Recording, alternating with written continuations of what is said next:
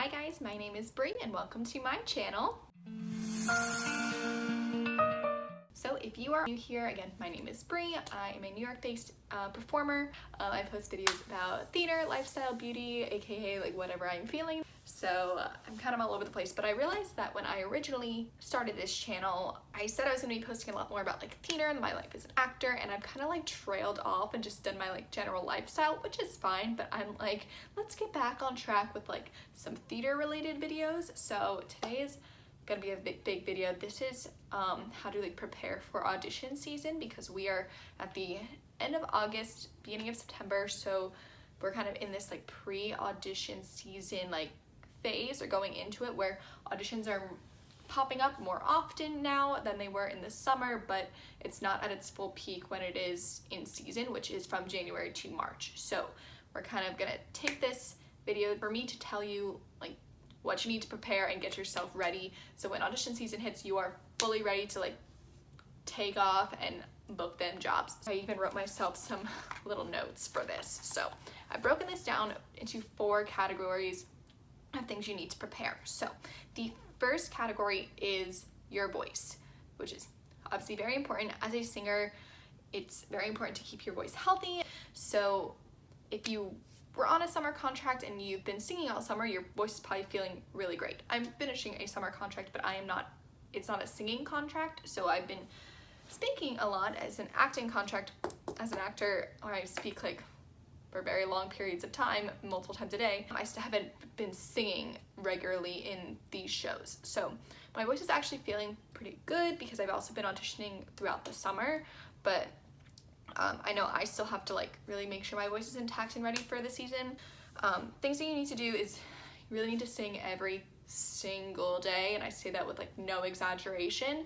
Obviously, like if you're auditioning multiple times a week, you're gonna be singing almost every day, but even just little things from like vocal warm-ups to just like lip trills, or just practicing like different songs in your rep, or just like singing what you hear on the radio, like that's gonna help build your strength. Get into a good warm-up routine. What I like to do is I'll do some lip trills, I'll do some basic scales, some humming, things that I can do quietly like in the audition room to myself, in my car, as I'm heading to like the train station, things like that. Make sure you're doing that every day along with singing, because one of the bad things, which I do this a lot, is that I will just start singing without actually warming up first, which is really bad for your voice. So make sure you are warming up properly before you start like belting out whatever song you're gonna sing.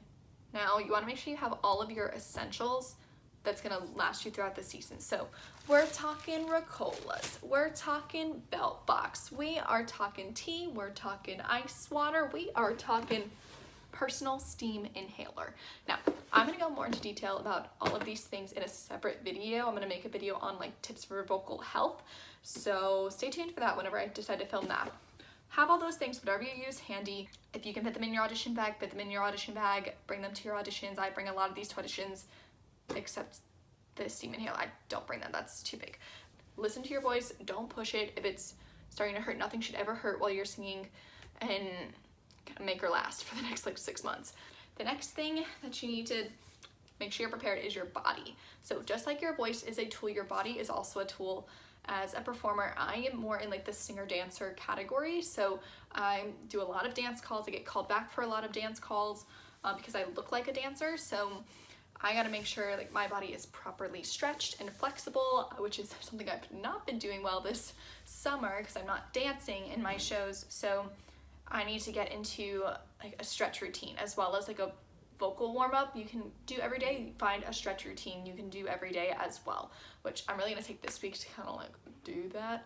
So just practicing splits, making sure your legs are flexible, your back is flexible. Your back is something that's very hard to stay flexible because it's such a big muscle, so that's something you really need to kind of like hone in every single day. Along with doing a stretch routine, get into an exercise plan. So like as much as you want to build flexibility, you also want to build strength and stamina. So doing some cardio, doing some weights, like that stamina is going to help you not only throughout like a dance call to not feel winded, but also while you're singing, because if you can have that ab strength and that cardiovascular health, like that's going to help you sustain those high notes, sustain a nice vibrato. That's all going to help your singing by being physically fit. And then just reassess your dance skills, because like myself, I do a lot of dance calls, so I need to know what can I pull out in an improv section, in like any type of situation where I have a choice to make. I need to know what are things I can do and I can do well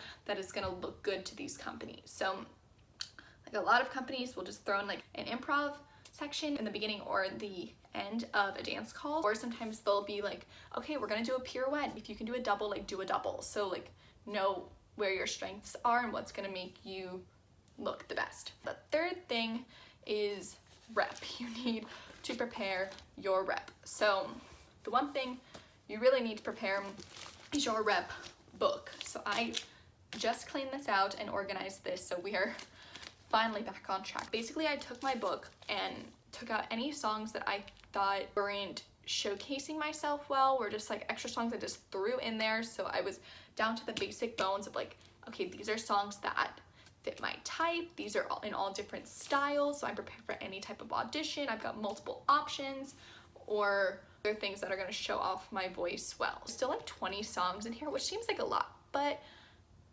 there's like 4 in like the classical repertoire, which I don't live in classical. I rarely sing classical ever, but I have options if I do have to sing them. That's why I kind of only have 4. I know I have like 4 or 5 like off the radio, pop rock in like different styles, and then the bulk of what I have is the contemporary pop rock musical theater stuff, because that's kind of where I live. And I have like 12 songs in that, but they're all different. They're all in different like genres and decades and like types of characters. So depending on the type of character I'm looking to play or looking to go for, I have options that'll fit those. Because my type is very like, it's like 2 sides. I'm either like that innocent high school girl next door type of thing, or I'm like the like queen bee head cheerleader type. Like that's where I live, in those 2 sides. Let me show you exactly what this looks like inside and kind of how I organize this binder and how I mark up my music, because that's also really important to know this book inside and out. Okay guys, so this is the inside of my rep book. So as you can see, I have like 5 headshots and resumes like printed and stapled together, ready to go. So the headshot on one side and then the resume on the other side, stapled on all 4 corners, and the resume is cut to an 8x10 to match the picture. These headshots I get printed with Reproductions, which is a company that's based out of New York and LA, and they will ship the headshots to you. They are industry standard, and in any master class or college class I've ever taken, they've always said just to go to Reproductions. So I have those there. Always have a pencil, very necessary to mark up your music. Now, I have all of my music in clear sheets here. Now, the method I use to mark up my music is the sticky note method. Hopelessly Devoted to You, that is a song I use all the time in auditions. It's one of my go-to songs. So what I use is bright sticky notes to mark up all of my music. So I'll always have a start and an end sticky note. Now what's good about these is that whenever the casting directors change their minds of what they want, so if they're going from 16 bars to 8 bars, all I have to do is simply peel this off and I'm gonna move it to wherever else in the song I want to start or end. So there's no need to erase things or cross things out. All I have to do is rip this off the clear sheet, move it somewhere. It takes me all of 2 seconds. So I'll have a start point, so the pianist would like play through this. Now when I have big chunks I'm cutting out or skipping over, I'll use whole sticky notes to just cover up the entire staff, because if they can't see it, they can't play it. So they would just continue down here, skipping all this. Then I have a continue up here so they know where to then start. They're going to continue through this song. This is for a 32 bar cut. Hopelessly Devoted to You. Continue. We're cutting all this out again, and then we're ending here. So it's very clearly marked. There's like no room for error as far as what I want them to play and what I don't. One thing I recently realized is that I always have sticky notes in the back. I usually use these like big sticky notes, but then I realized that they're actually a little too big for what I want, because a normal sticky note is a lot bigger than like a staff size for when I'm running like start and And so I'd always have to like rip a bunch of this off, but I recently found these mini sticky notes that are actually perfect. You can see they're a lot smaller than like a normal sticky note, but they're like the exact size of a staff. So start where the sticky part is and then just rip this part up. I don't have to do a lot of extra ripping. I'm gonna actually use these a lot more this season because I think they're gonna work a lot better. Oh, and one thing I forgot to say about the rep book is that when cutting your resumes to your headshots, most people just use like normal scissors, but that does take a lot of time. So one thing I use is a paper cutter that I literally got for maybe like less than $10 at Walmart. It's not one of those like, you know, like that type of thing. It's very small where you kind of just like place the papers in and then just kind of push this little blade, I guess, through, and it cuts them so quickly. I cut 10 resumes last night in like maybe 5 minutes. It makes my life so much easier when I have to cut a bunch like the night before an audition. So I would highly recommend that. I literally found it at Walmart, so you can probably find it at any office supply store. Now you also have to make sure you update your website, your reels, make sure you have like up-to-date headshots. I still look like my headshot, so I will still use that for this season. Headshots would normally last you about 4 years, unless you're someone that like dyes your hair a lot or like changes your look often, then you'll have to get them more often. But I don't do anything to change my look, so I will use them for about 4 years, which makes them a really good investment. And then make sure your resumes are all up to date. If you have any new credits or new shows you did over the summer, like make sure you have those on there, and then provide the new links to the resumes or reels on your websites or your audition websites, like Backstage, or like Disney and Universal have their own little like audition websites. So like make sure you have all your new headshots, resumes, and reel links up there as well, so that people are getting the links to the correct videos and the correct documents. I just updated my vocal reel, that was my last video I just posted. If you want to check it out, go ahead. So just delete any old videos. I've deleted old like self-tapes from last year that I obviously didn't get cast for, so just like clean up your YouTube so that everyone is just seeing exactly what you want them to see. My last category is to prepare your mind/inner self. Now that sounds very cheesy and very like spiritual, but it's really not. Theater and being an actor is a very big mind game, and it's very stressful. Really prepare yourself for rejection, because you're gonna get a lot of rejection, especially if you're like just graduated from college. This is gonna be your first like audition season, like in a big city. Like it's gonna be kind of like culture shock in the beginning. You're not gonna realize how many people there are that are vying for the exact same roles you are and look exactly like you, and just show them who you are, because you can't help but just be yourself, and they just want to see you and they want you to succeed because they need to cast these roles. Think of goals that you want to accomplish like this season. I know one of my goals from last year was to work with RWS.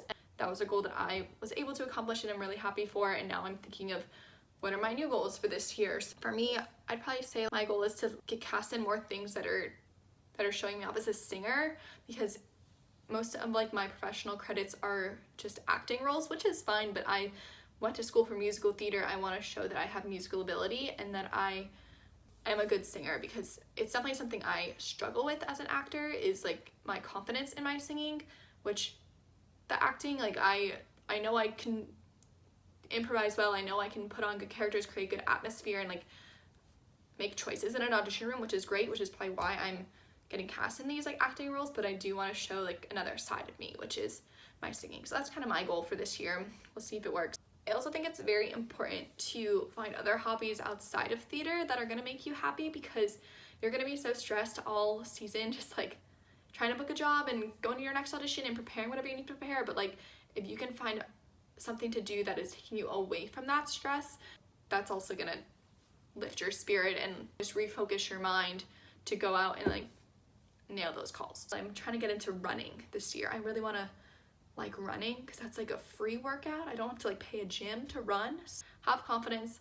Don't let your mental health suffer because you're trying to make it as an actor. Like if your mental health is seriously suffering, maybe you need to find a new career path. Well, it's not for everyone, but if you can not let the rejection weigh you down every single day, like then you can make it. So find something that makes you happy, enjoy the process, enjoy the rejection, enjoy the successes, because you should like auditioning, you should like meeting new people and getting in front of casting directors. You can do this. I have confidence in whoever is watching this, and I have confidence in myself, and that's something I need to constantly tell myself to like be confident, and like I didn't like spend 4 years to get a degree to not like pursue that and not use my degree. If you found this helpful, like definitely like, comment, and subscribe. I'd love to hear from everyone, get some feedback, and you can stay up to date on all of my different videos. You can also follow me on Instagram. I post fun things there as well about my daily life, or head to my website, briannagraf.com. Great day, everyone. You got it. Kill it. Break all the legs. See you next time.